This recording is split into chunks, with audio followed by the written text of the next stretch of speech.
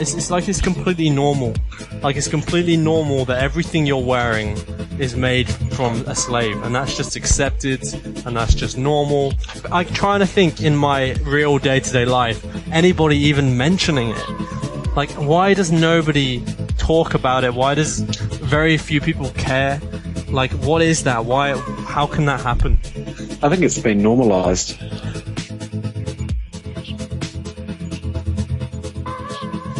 How much do you think people know their clothes are being made in basically slave factories? I think people know.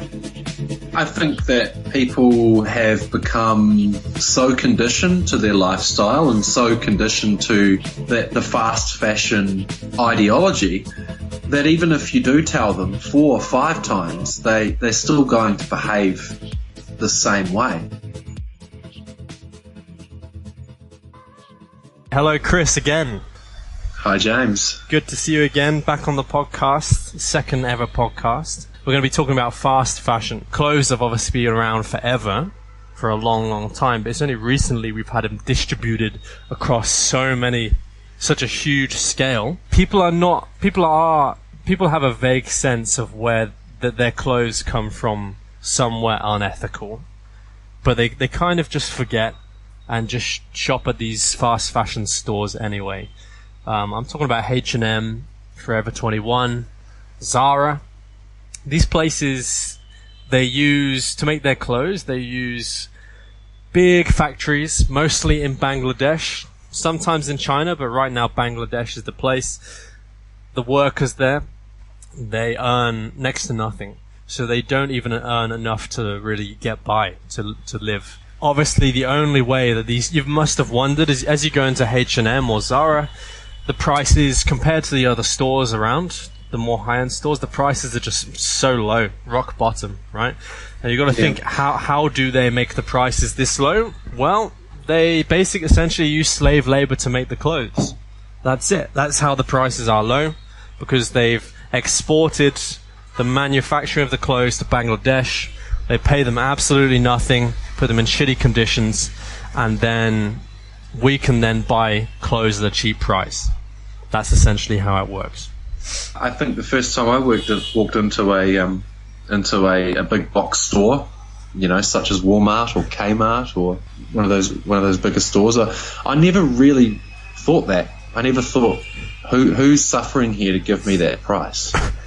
Yeah, and why would you think about it, right? What you see... It's Christmas time. Yeah, it's right. Christmas time. Right. I've just walked in, there's a pair of pants that I may have been dribbling over to buy last season, and now they're there, and they're not $89 anymore, they're $29. Yeah. And basically... This is a clothing orgasm. Essentially, that's a good way of putting it, yeah. Yeah, a clothing orgasm. Exactly. I don't think it's now, but... I mean, when you go into the store, obviously there's no reminders whatsoever or any kind of indication of where the clothes actually come from or who's making them. The one thing you will get is on the label inside the clothes, most of it will say either made in Bangladesh or made in China. One of those two things. It says nothing else. Anybody that really, maybe somebody a bit younger, 16, 17, that isn't aware, they have no idea that their clothes are being made by I'm just going to keep calling them what they are. They're slaves, right? That's what a slave is. The workers have to keep working there to keep feeding themselves and their family, and they have no other choice. So they're slaves. Biological robots. Yeah, right. But living, breathing, yeah, people with families treated as robots. That's the thing. They're not robots. They're all people, and they're there every day, working 17 hours a day, with pretty much no rights whatsoever. They're hungry, starving, being treated like shit, just so that we can wear cheap clothes, and more than that, just so that H&M and Zara and those Forever 21 can keep making profit.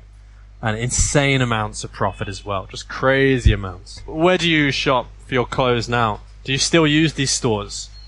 Or do you... Well, that's quite an interesting question, because I think when these sort of stores started hitting our markets, I would have been about 13 or 14 years old. Right. This is in the late 90s. And, I did. I think the feeling at that time was it's Christmas time. We've been given an opportunity. We've been given something that we never ever had. We've got the opportunity now to wear things that we once would have paid 4 or 5 times the price. But where do I shop? I mean, yeah, that's an interesting question, because I do have my moments where I shop at H&M, and I do go to Kmart or any of those big box stores when I need things. And I'm purely buying them because of price. I'm not buying them because I like them, and I'm not buying them because I like the material. It's just something that's been given to me. It's cheap.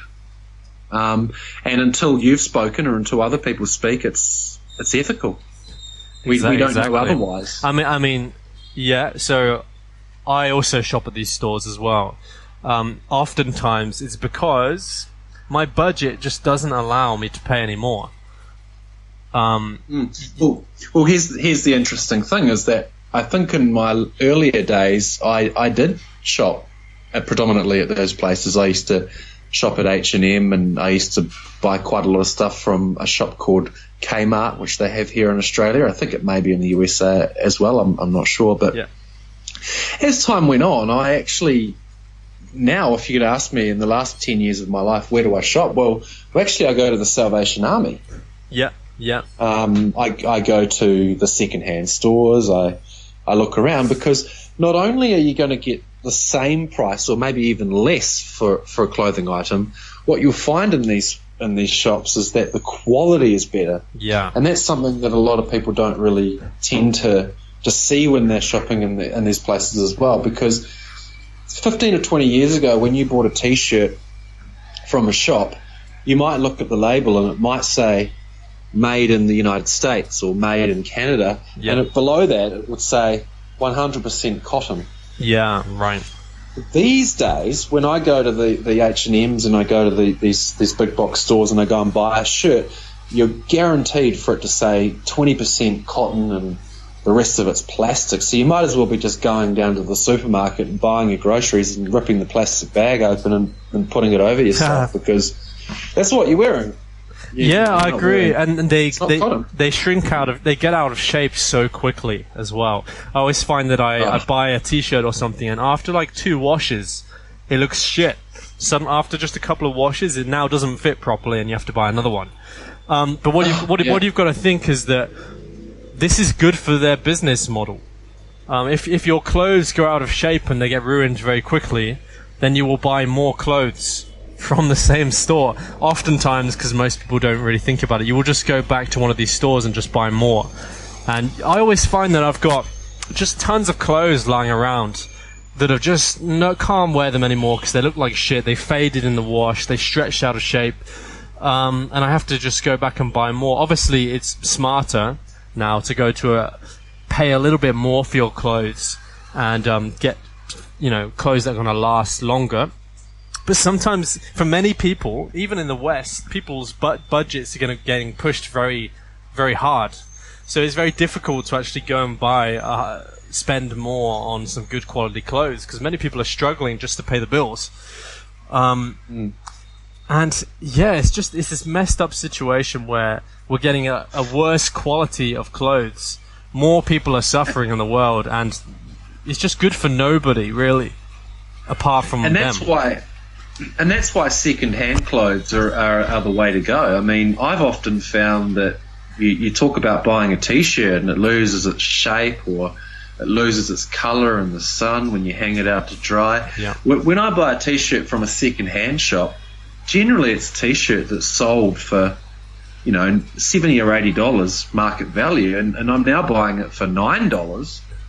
And I'm often finding, despite someone's worn this T-shirt for the last 2 years, that it's still better than the cheap T-shirt. So, and in fact, jeans even fit better, pants fit better. I'm not going to say underwear fits better because I've not tried that one yet. But, secondhand, but but your T-shirts and your jeans and your sort of fitted clothing, hands down, it will always win. Yeah. So in my opinion, if you've got the money, it is better to spend on better clothing because it not only is it better, but it fits better, it feels better. The colour's not going to fade as quickly.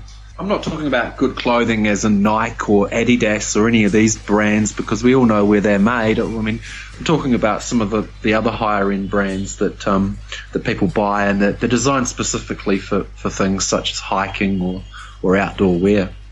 Oh yeah, for sure. And basically what we can safely say at this point in the podcast is that we don't need fast fashion. There's no need for it. It's not good for anybody. It's not really. People think it's good because they're getting cheap clothes, but we know that they're not. Majority of the clothes are not lasting a long time. It's not good quality. It's not good for the workers that make them. Who is it good for? It's just good for the companies. It's just good business. It's all just focused around their profit margins and making good business. I'd like to see a report on smelly feet. Like the United States smelly feet index. Yeah. Since the 1980s to 2020, because I can assure you that the feet will smell a lot worse now that we're wearing plastic bags. I mean, when I was growing up, we had cotton socks, but that's almost a rare occasion now. If you go down to any of these shops and buy a pair of socks, they're guaranteed to be nylon, and you put those in your feet on a hot day. Or they'll use the 100% cotton as a marketing scheme. So they'll put 100% cotton in big letters, and they'll charge you double the price as if it's like special. That for these socks they're using the right material. So socks I love the socks smelly is really feet index as well. Yeah. Well, because socks is really interesting, isn't it? Because we've almost got nowhere to buy socks from. It's not an easy thing to find. I mean, you kind of...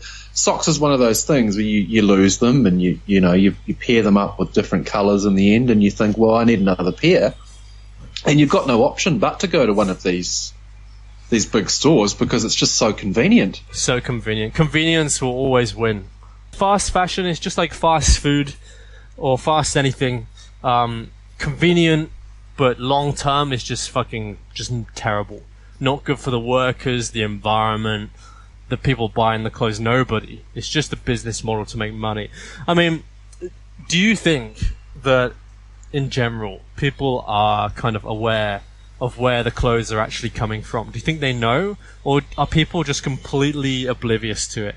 How much do you think people know that their clothes are being made in basically slave factories? I think people know. I think that people have become so conditioned to their lifestyle and so conditioned to the fast fashion ideology that even if you do tell them 4 or 5 times, they're still going to behave the same way, because it's no different from a fast food meal. If anyone said to me, 70 or 80 years ago, you're going to go and order a burger and it's going to be ready in 30 seconds, I would have thought, no, he's lying.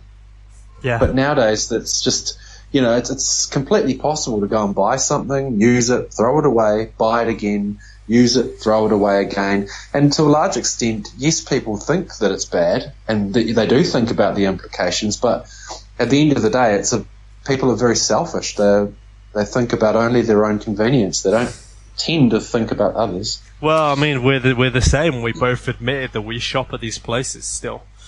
So, I wonder if they put, if you walked into a Forever 21 or an H&M, I wonder if they put a large Perspex window at the end of the store, and behind that Perspex window they had like 150 Bangladeshis going at it on a sewing machines. Exactly. And you know what? You might, mind, right?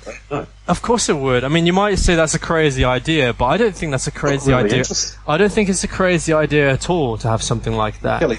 Because the idea of capitalism, right, is that you vote with your dollars. So when you buy something, you're voting that you approve of that product, okay? But you can't vote with your dollars if you don't know how those products were made, how the clothes are made. You can't, because people just don't know. Or they do know, but they're not thinking about that as they go into the store, because there's no suggestion of it anywhere. All you see is advertisements of people wearing the clothes, looking cool, fashionable. There's nothing there to even suggest, as a reminder, saying, look, these clothes are made in Bangladesh by people earning under a living wage, like 10% of a living wage or something like that. All I would suggest, and this is a perfectly reasonable thing, to me it's reasonable to have just what you said and actually have an image of the people that made your clothes, right? People might say that sounds crazy, but to me that's perfectly reasonable. I think people why should... not go further? I mean, why don't we make it live action? Right, you can have a video. It should be video. Just put them behind the screen. Yeah, it should be mandatory. Right in front of them, mandatory. They got to be working. They're working for Forever 21. Then you're stitching the goods in the store. That's it. Right. Or you're going home. You're going home without pay. I think a very easy way to change this is the government just says, look, it has to be evident where your clothes come from in the store itself and on your adverts. That's it. Even just they don't even have a message. Like, there should at least be a message on the label saying these clothes are made by people earning under the living wage. Not even that. You don't even have that. How are you supposed to vote with your dollars when you don't have the information you need? They just hide it. Yeah. It's nowhere to be seen. Well, the world population is 7 billion at the moment, and the labour force is around 3 billion. And just looking at some of the facts is that the worldwide fashion industry is valued at approximately $3 trillion. Or $3 billion, I should say. $3 trillion. Right. So that's 2% of the world's gross domestic product. Yeah, this is a massive figure. So the value of the global fashion industry is it's a lot of money, and it's rising and rising and rising, and it's actually coined to get a lot bigger. Yeah, I mean, I imagine they have power, a certain amount of power in governments as well, right? If you're that wealthy, you can probably stop any legislation that's going to affect your sales coming through. You can stop any changes. Oh, absolutely. Yeah. And not only that, is that online fashion's changed things a lot as well. I mean, some of the largest companies now are in fact online, so you're not even touching a human at all. Right. I mean, there's human input, of course, at one end of the chain, and perhaps in Bangladesh. But let's say that you order a T-shirt tomorrow on eBay. Chances are you're not going to see anyone. You might see the courier if you're lucky, but who wants to stay around these days and wait for a courier to come? I mean, so you're looking. Yeah. Yeah. I mean, hopefully at some point, the only way I can see out of this eventually that making clothes will be automated by robots or something, right?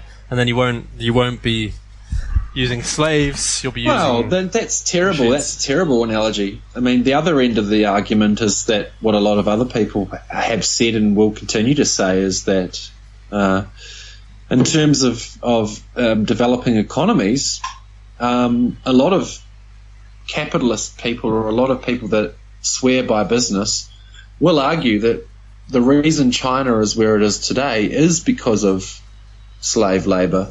Yeah.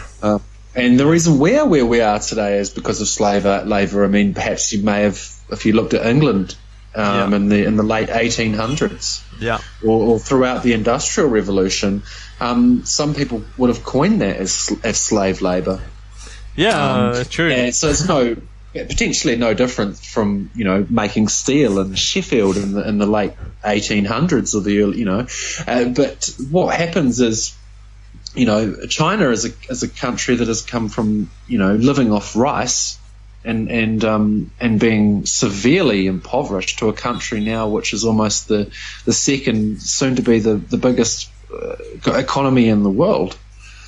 But I don't think it's feasible for us to say, well, China succeeded, so therefore Bangladesh is going to succeed. I don't think that's at all. I have no idea. I mean, economics would be really complicated. Bangladesh is a different country, so I imagine they're probably getting some kind of growth out of this fashion industry. They're getting huge amounts of growth. There's a heck of a lot of corruption in Bangladesh. There's a lot of, in fact, their minimum wage is slightly higher in the garment and textiles industry. Right. So the minimum wage in Bangladesh is around $1 per day. But in the garment industry, they had in the last 5 years, they've actually had a rise. So their pay rate is around $2 per day. Right. Now, I'm not glorifying that rate, but it appears that in Bangladeshi standards, that it's much more valued than any of the other industries. So I think one of the arguments from some of the I don't know if you could call them bigots, but some of the people that advocate for clothing to be made in third world countries is that we are growing their economy. We are doing something to help their economy. We're doing something that will improve the lives of people, despite what happened in Rana Plaza. Right. I mean, I don't think that's completely true. It will definitely improve the lives of the rich people in these countries. That's for sure. Seems to be like they are taking all the money that's being made from the fashion industry. I don't really think the poor people are really benefiting from it at all. I think they'd be much better off without the factories there. As far as I can tell, the factories move into an area and they basically destroy all the businesses around the area, all the local businesses. Everybody moves to the factories, and then they have a monopoly on jobs in the area because there's literally nowhere else for them to work or make money. They just have to go to these factories. I mean, otherwise, why would they go there? I mean, because they have no choice. The conditions are. I mean, let's talk about what would it really be like. Just try to imagine for a bit what it would actually be like if it was you actually in one of these factories in Bangladesh making clothes every day for 17 hours a day. Imagine that was you that had to do that, and you had no choice. I don't think I can imagine it. No, I think that's one of the issues, and I think, but also if we look at what you can imagine and what you can't, we have to at least draw a line between our imagination and reality. And I think before major garment industries hit Bangladesh, they may have been subjected to doing things like going through rubbish. They may have had jobs sweeping streets, or they may have had jobs which were just unquestionable, unbelievably, something that we would never do over here.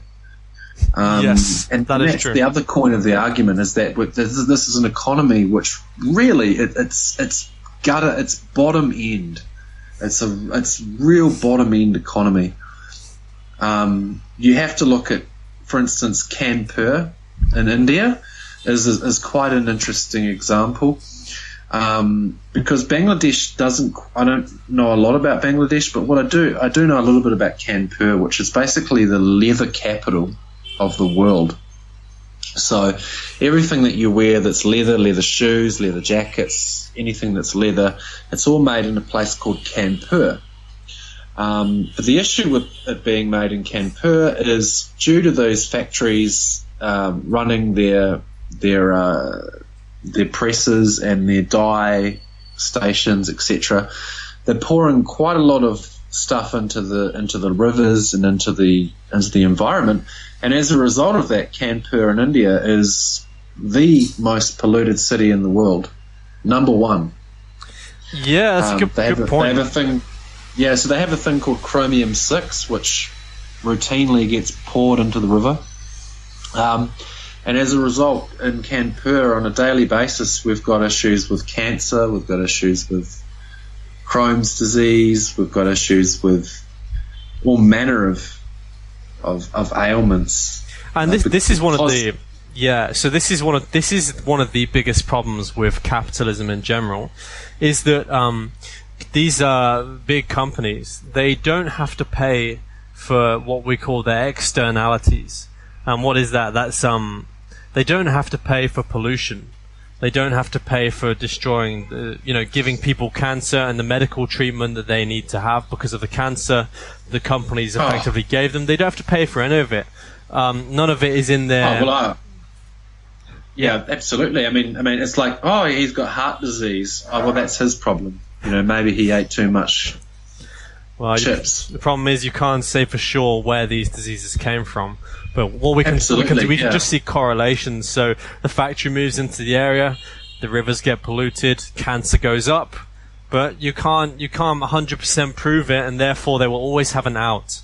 They will always have, it could have been this, could have been their diets, yeah, well, could we have been do something have, else. With regard to Kanpur, we've got the British Medical Journal, we've got the Indian Council of Medical Research, we've also got the University of Washington. They've all come out, they've all said that Uttar Pradesh, which is the area that Kanpur is in, had the second highest incident of lung disease linked to air pollution in the world. Wow. So they know that that's going on, but of course you can't directly link that to the garment industry. And that's how that is exactly what you're saying is right. That's how they get away with it. They say, well, how can that be? Maybe it's just India. Maybe India's just polluted. Maybe it has nothing to do with the fact that we're making a billion Indian leather shoes every 2 days. Yeah, maybe a billion. There's no way of proving it. It's a billion. And there's and it doesn't affect their costs. There's no tax, or there's no pollution tax. So they don't suffer. They don't pay for it at all. And the thing that annoys me is capitalism works really well sometimes when people that buy the products are really well informed. Let's say for instance, you had to put on, like we said earlier, you had to have an image of the Bangladeshi workers in the H&M store, right? On the front window, a video stream from the factories in Bangladesh out to the public in Australia or America on the high street. Do you think that a video stream would be sufficient? It would definitely be. It would have an impact on their sales, that's for sure. And what that would mean, because I think a lot of people have just grown very lazy. I think they think that they try to. I think it's pretty obvious where our clothes are being made, and I think it's no secret. But I think people try to avoid that at all costs. Yeah, this is the thing, though. Which is sort of what you were saying in some ways. Yeah. It's not a secret. However, look, the way things work is that people walk around their day. They can only think of so many things at once as they're walking around, right? And that's why advertisers have to shove their messages in your face, because you're shown so many things, and certain things are at the forefront of your mind, and certain things are not. And something that is not at the forefront of your mind when you're shopping is where the clothes came from, because there's nothing to indicate where they came from anywhere in the shop. If you have a visceral visual video of the reality of the people making the clothes, you can be sure that that store sales will drop. And when that store sales drops, that means they have to look at changing the way they do things. And they'll look the market for ethically made clothes. People are not buying so much these unethical clothes anymore. Then we have to start making them maybe in Australia, in America, with providing jobs for people in the Western countries as well. Remember, instead of outsourcing them elsewhere. That's all you would have to do. Just means that the consumer is reminded where it's coming from. The sales drop, and the companies change their behaviour. I think that people have changed their behaviour over the last sort of 15 to 20 years, and I think people have, in fact, moved away from those big box stores. Not everybody, but I think a lot of people have. The issue is they've moved away from those big box stores to sort of the next level of store. They've moved to, the whole social media, fast fashion. Yeah. You've got websites now such as Fashion Nova. You've got a whole lot of major online retailers that are just coining it. They're just taking advantage of social media, Instagram stars. They're using celebrities. They're using music videos, rap, hip-hop. And they're trying to sell something that's worth a little bit more than your big box store. But there's no difference there. So it's giving people this sort of idea that somehow they've escaped H&M, they've escaped this kind of slave labour-driven fashion, and they've moved into something that's a little bit better now. I thought it was quite interesting what you said. I think, with awareness that there might be change, I don't think there will be. I think that if those corporations lose a few dollars on the share market, I think that's just going to give way to someone else to take another opportunity, such as some of the names I mentioned before, and it's going to continue. Well, here's what I think. So I know what you're saying, that generally people it's like if you all boycotted Nike tomorrow, I think someone would think, well, here's an opportunity to release. Maybe Kanye West decides, well, I'm going to start my own Nike. But here's the thing. It should be a rule that if your workers at any point in the line in the making of your product are earning less than a living wage, it should be law that fact has to be made evident to the people buying the clothes or the products. If you're using anybody at any point, even at the very early stages, even if it's a company that you're using that isn't you, but you're using a company that pays people less than the living wage, at any point, it should be law not to ban the clothes, not even that, just to have a message, just for that fact to be evident to the people buying them. That's it. Just so that the people can make their own choices. You don't want to force people to do anything. Let them make their own choices. But to make a proper choice, people have to be fully aware at the time of buying the clothes. I know that people know vaguely, or they have an idea that their clothes are made sort of with slave labor abroad somewhere. But it's not. Like I said, it's not in the forefront of their minds. They're not thinking about that while they're buying the clothes. It should be there in your face. If you're ever going to abuse people from another country, you should have to tell people that. Simple as that. Yeah, no, I totally agree. I think you're absolutely right. I think that they absolutely should be in legislation to make sure that people are aware of what they're buying. And I think that's exactly what's gone wrong to a certain extent, that people have just been allowed to get away with it scot-free. They've owned a company, they've found out about this place in Asia which is just in the middle of nowhere. It's like the wild, wild west. We can go over there, we can make things and we can sell it, and as a result of that, people have lost out. Definitely. I mean, what do you think? So if I was to ask you, why is it people? I want to get into the public's heads, like the people in Western countries, in America, in France, in the UK, in Australia, New Zealand. Everybody, you say that people are moving to other stores, yes, but it's clear that H&M and Zara and all these fast fashion stores are still making insane profits, so people are still going there. We've both admitted that we're still buying these clothes from time to time, right? So you can be sure the majority of people are using them. Why? Yeah. What I found really strange is that nobody ever talks about.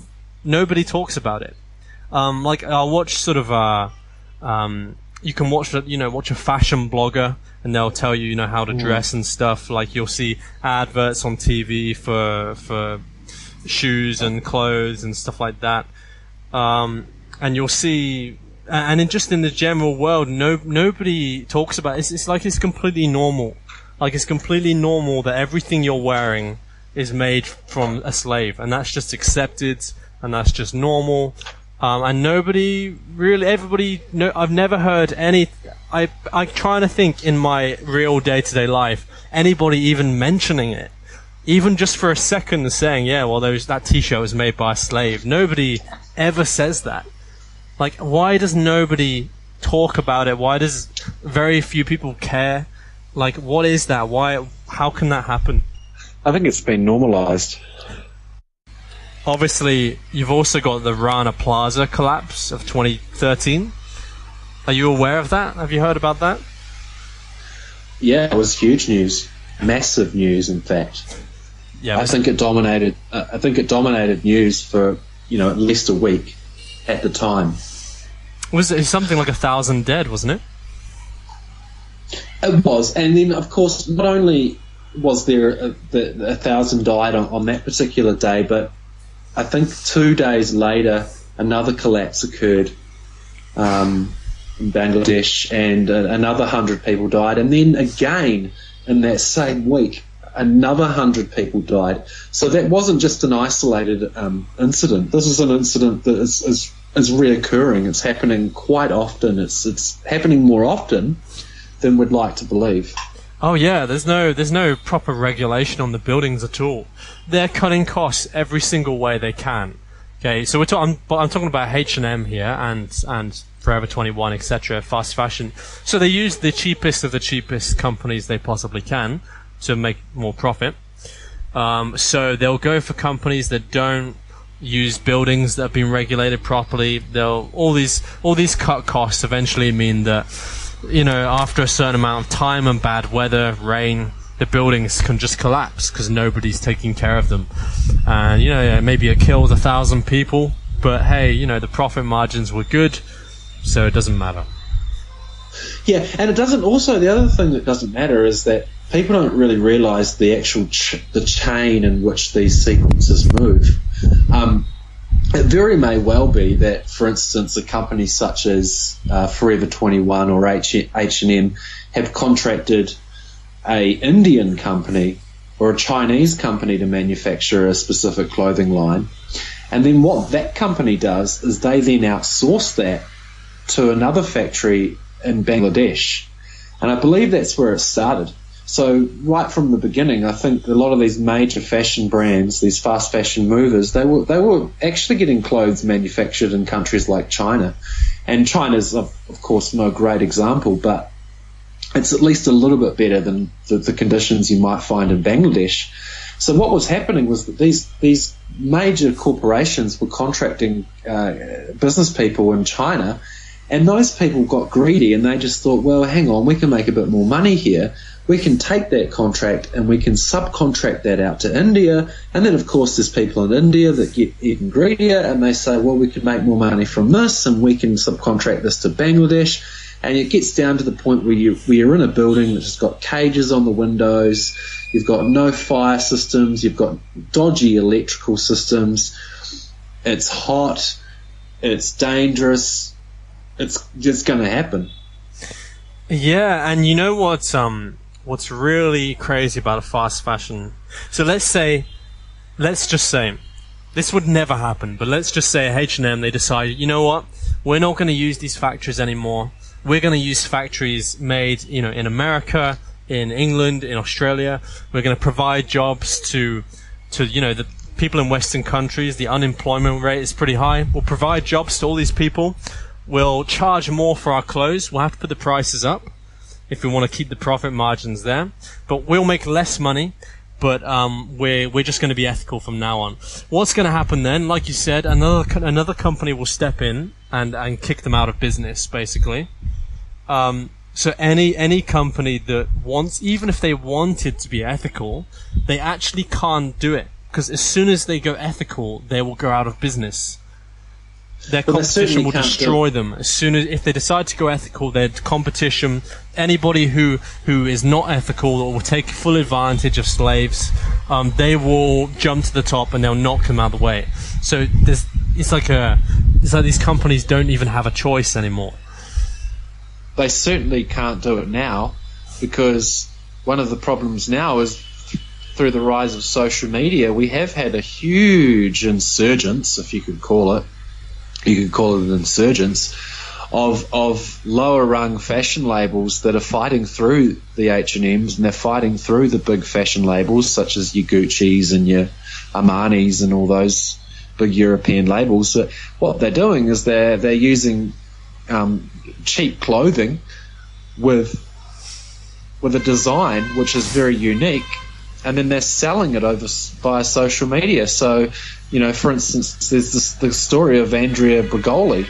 She's you might have remembered on social media, she's that young 13-year-old, which was on the Dr. Phil show, and she did that whole viral comment of "Cash me outside, how about that?" Yeah. The Cash Me Outside girl, Andrea Brigoli, she's now released her own album, and she's on got music videos, and they're on YouTube, and they've been trending, and they've had like 100 million views per video.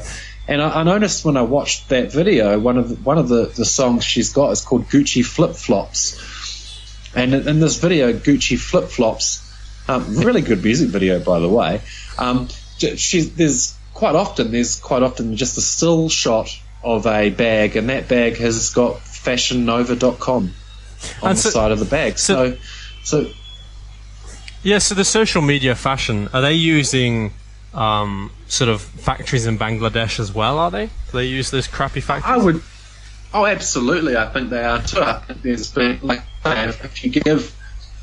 if Forever 21 gets a hit, or gets a hit, it just opens the door for someone else to step in and perhaps produce something that might be a little bit more unique. And they just sell it in more creative, faster ways. I mean, fast fashion has many meanings. Fast fashion is not only about changing seasons out of season, it's about marketing really quickly. And these days we're living in an era of Instagram where we get some woman that says something that's really famous online, and it goes viral, and automatically you've got an opportunity to put your bag or your fashion label logo, and you can cash in on it. And yeah, it's so simple. I think the fast fashion are the people that really invented seasons in fashion, right? I don't really know too much about fashion, but I think they're responsible. So you understand that, I mean, for our listeners at least, that in the old days, before this fast fashion craze actually happened, in the old days what you'd get is you get your autumn collection, you get your winter, your summer, and your spring. And quite often you'd get people that would predict what's going to happen for this season. They'd go, well, we predict that maybe you're going to be wearing your pants with your socks over the bottoms of your pants. You're going to look like Where's Wally for this season. Just jokingly, maybe that's what you're going to wear. Well, what's actually happened is the design chain and the marketing chain of H&M and Forever 21 and Zara has got so efficient and so fast that they're actually keeping up with the social media trends. So what happens is, let's just say that harem pants was a big one. So harem pants are the pants that were traditionally worn in the Middle East. Harem pants all of a sudden were really popular. They might have happened mid-season. It might have happened mid-summer 2016. All of a sudden, their marketing team and their design team, they're so fast, they're so efficient, they're so quick, they can actually design harem pants and they can get them on the shelves very, very fast. And they've seen this through social media. They've seen that other underground labels have designed those pants and that people are wearing them, maybe in music videos. So they've been able to release them, ship them, stock them, and then dispatch them to you as a customer very, very quickly. And that's just not the same as it might have been 15, 20 years ago. It's not at all the same. They would pre-plan what people are going to wear. These days they're not pre-planning it. They're looking at the data and they're going, well, everybody's wearing harem pants. Well, let's make sure that every store, H&M store on the West Coast, stocks harem pants. Well, that makes a lot of sense. It's kind of the way the news works right now as well.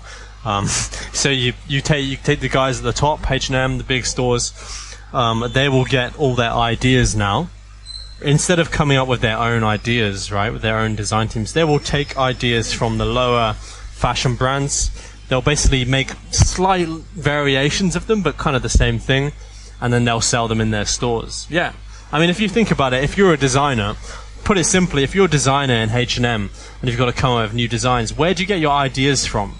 Are you going to spend, months coming up with a brand new, unique design for jeans? Or are you just going to go look on the internet and see what is already popular and what is more likely is going to sell, and just take that and just sell it?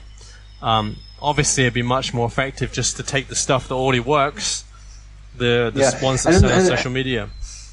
And in the case of harem pants, and I'm not sure if I pronounced that right, harem or harem, I don't actually know. I'm not that familiar with the language, but in that case, you'd see quite a plethora of rap artists and and high-profile content producers wearing them, and sort of prancing them around in hip-hop style or ghetto style, and all of a sudden that's a craze, and people pick up on that straight away, and they're able to execute that very quickly. But in the case of Fashion Nova, these are the second or third tier contributors to the industry, because of course a lot of the people that will buy Fashion Nova products won't probably or may not buy H&M products. They're probably the next level up, and I think what they're fighting is the next level up. As people, as a consumer, you get bored. As a consumer, you think, well, I don't want to be wearing the same pair of pants that James is wearing. And I know that James bought those pants from H&M. So therefore, I want to go and buy something a bit different. And I think that opens an opportunity for companies such as Fashion Nova and ASOS, and all these sort of major online players that are now spawning. But fundamentally, they're not going to do anything any different from H&M. They're just going to be a little bit more unique. And that's what fashion is about. Fashion is about feeling different to anybody else, and Bangladesh gives us that opportunity.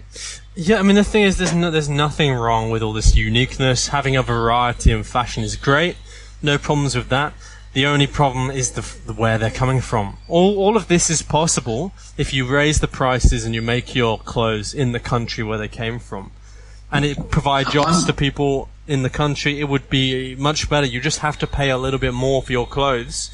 Everyone would be better off if we didn't use Bangladesh, basically.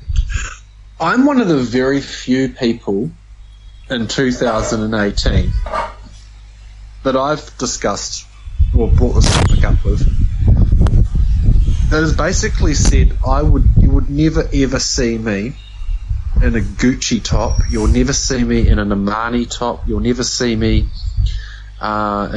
in any of these European fashion labels. And the reason why is because everything got outsourced to China, and it happened so fast that there's so many copies of a Gucci top now, there's so many copies of a Lacoste or a Gucci or an Armani or a Versace, that the value of their product, in my opinion, has gone down.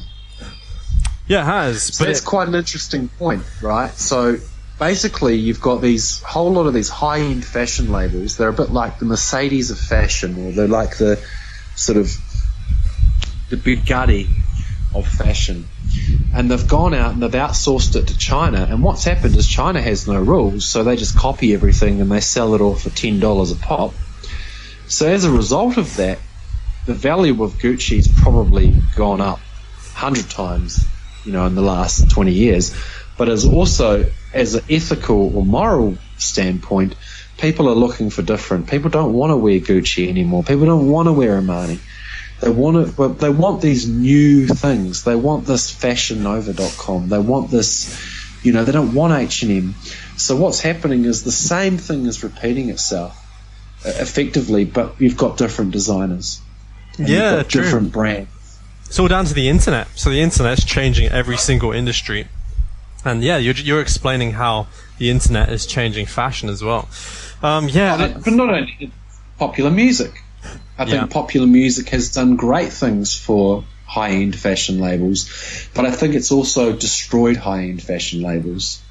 Cheapens it. And that's not our topic, but I mean, that's quite important to note, that I think 10 or 15 years ago it would have looked really cool if you turned up in a pair of Gucci sunglasses. But I think now it's almost like, well, there's so many copies of Gucci sunglasses that you just look like an idiot wearing something that I just saw in a little mumble rap video. That's not cool.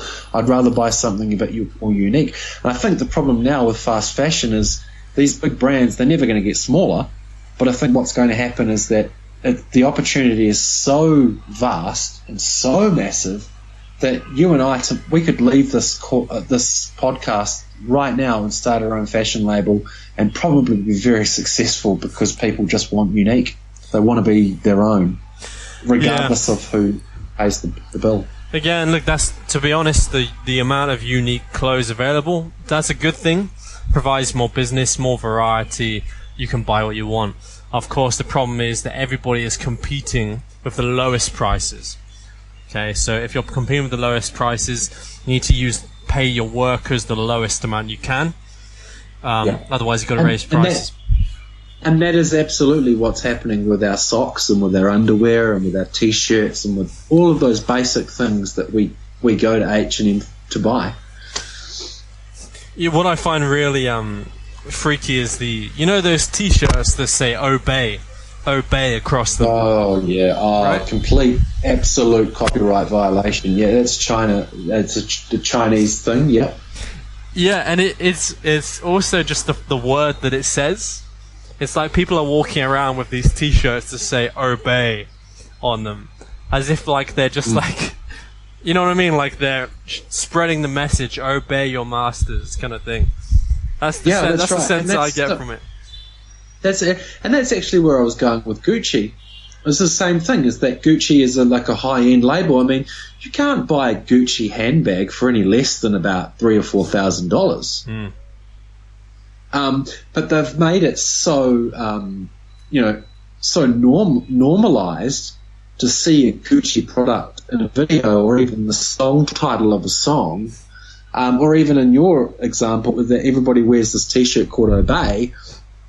It's like they're trying to normalize fashion. They're trying to normalize that everybody gets to own these things, and that's just not the case. I mean, it's not the case that if you've got $25 in your back pocket that you're going to go and be able to buy something that's high quality. Just not the case at all. Not at all. No, you can't. If you're buying cheap, you get cheap. Simple as that. Yeah. And when it's cheap, it's at the expense of others, and that's exactly what Bangladesh does, and that's what it provides. This is my big point, okay, and this is what I say in the article as well, and it's just what you just said. Whenever there are winners, there are losers in the world. Okay, so who the winners are? Well, we think the winners are us, the public, because we can buy cheap clothes. I would say maybe that's not true, but that's what we think. We think it's great. We can buy, clothes that look fashionable, even if they don't last long. They look fashionable. We can all kind of pretend that we're celebrities, wearing nice clothes, having our social media pages, Instagram, and pretend we're mini celebrities. But whenever you have that, and the second set of winners obviously are the companies. So H&M just making ridiculous amounts of money. And then you have Zara and for all these labels are just making profits in the hundreds of millions every year, just crazy amounts of money. It seems to me that you can't make that money that quickly without there being a loser somewhere else in the world that is going to pay the cost of that. And that's exactly what it is, and the losers are the workers in the factory. It's the people in Bangladesh. Whenever in the world, whenever anything happens, the saying, for every single action, there's an equal and opposite reaction. So you make a big business on cheap clothes, selling cheap clothes, making billions of dollars. There's going to be a reaction to that. What's the reaction? It's the fact that people across the world have buildings collapsing on top of them while they're at their work, and it's the people get sexually harassed in their workplace every day, and that they can't afford to feed their families properly, and their children die, and that's the cost of having convenient fashion.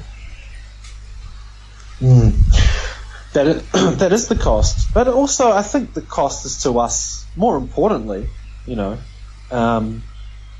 cost really is to us.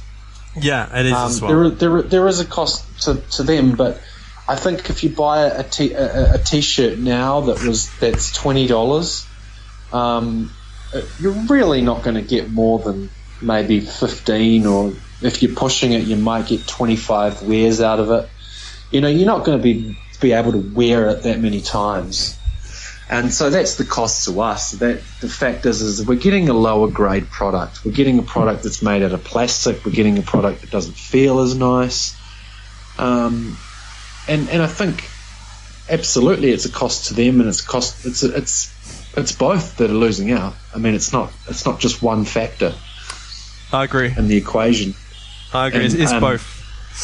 Well, we need more. We need more cotton products. I mean, I've seen some quite interesting startups on the internet of companies that basically have decided that, they're just like me. They can't find any decent socks. They're not available. And they've just launched their own little startups. This is one that I saw, which was in Melbourne, I think, in Australia here, which was a company that just launched a whole lot of socks. And they were full cotton, 100%. Really nice designs, designed for your feet, designed to be comfortable, designed to last a long time, and they're doing really well. I saw online, the last thing I saw, they'd been given at least $100,000 or over $100,000 to propel their business, and they did really well. So I think there is quite an onus on us to avoid the mass production of clothing. But that, of course, is a reflection on our economy and our ability to avoid that. Yeah, right. Yeah. So for many people, they can't because their budget is too tight. We're forced into. I mean, look, I don't want to be wearing nylon socks, but to be honest, I'm wearing nylon socks right now. So I've got a pair of black nylon socks which I bought from a department store, and they're like elastic rubber bands. I mean, you can almost pull the ankle part away and flick it onto your foot. Yeah. But the problem with these things, right, is they're socks and they do serve a purpose. They're nowhere near as warm, and they're nowhere near as they're nowhere near as stink resistant as a pair of woolen socks or cotton socks. Yeah, what was it you said? The smelly feet index. The smelly feet index. Could guarantee. I think that'll trend. I'm looking for that because this is true. I think in the last 30 to 40 years there'd be quite an uprising in smelly feet indexes, but also that may not prove anything because, of course, at the same time as you might have smelly feet and smelly shoes, you can soon quicker get a new pair of shoes than you might have done 20 years ago. Quicker, yeah. You know what? I think. Yeah, so I've noticed my shoes smell quite quickly. You know, like I'll buy a pair of shoes, and because I'm wearing the nylon socks, they just start smelling after about maybe 7 weeks. I think that's probably the biggest problem of all. Yeah, well, when I was growing up, I got a pair of shoes every 6 or 7 months, or maybe even once a year. But I don't need a new pair of shoes every 3 months. I mean, this is exactly what they're doing. They're doing it. It's planned. They want you to use these things. They want your feet to smell. They want smelly socks. That's the plan, isn't it? That's the conspiracy. They're trying to give everyone smelly feet. Smelly feet. That's exactly what it's about. Yeah, because the more smelly your feet are, not only do they sell you new socks, they sell you new shoes. That's it. Because these materials don't breathe. I mean, the nylon does not breathe, and that's why your shoes stink. I think people should be at least conscious about where they're shopping. I think the market's doing it for them. I think that social media is the bigger puller. So social media is most certainly going to pull you towards buying something or not buying it. And I think that our major problem is convenience. At the moment, we just don't have convenient options to buy ethical clothing. I think that's actually really what it's about.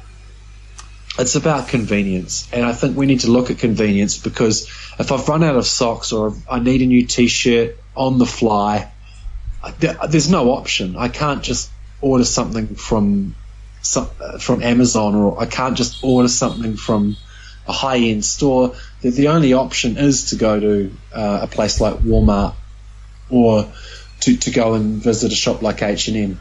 Yeah, I need to go and buy a shirt right now, and I'm going to have to go to H&M, I think, because I need it today.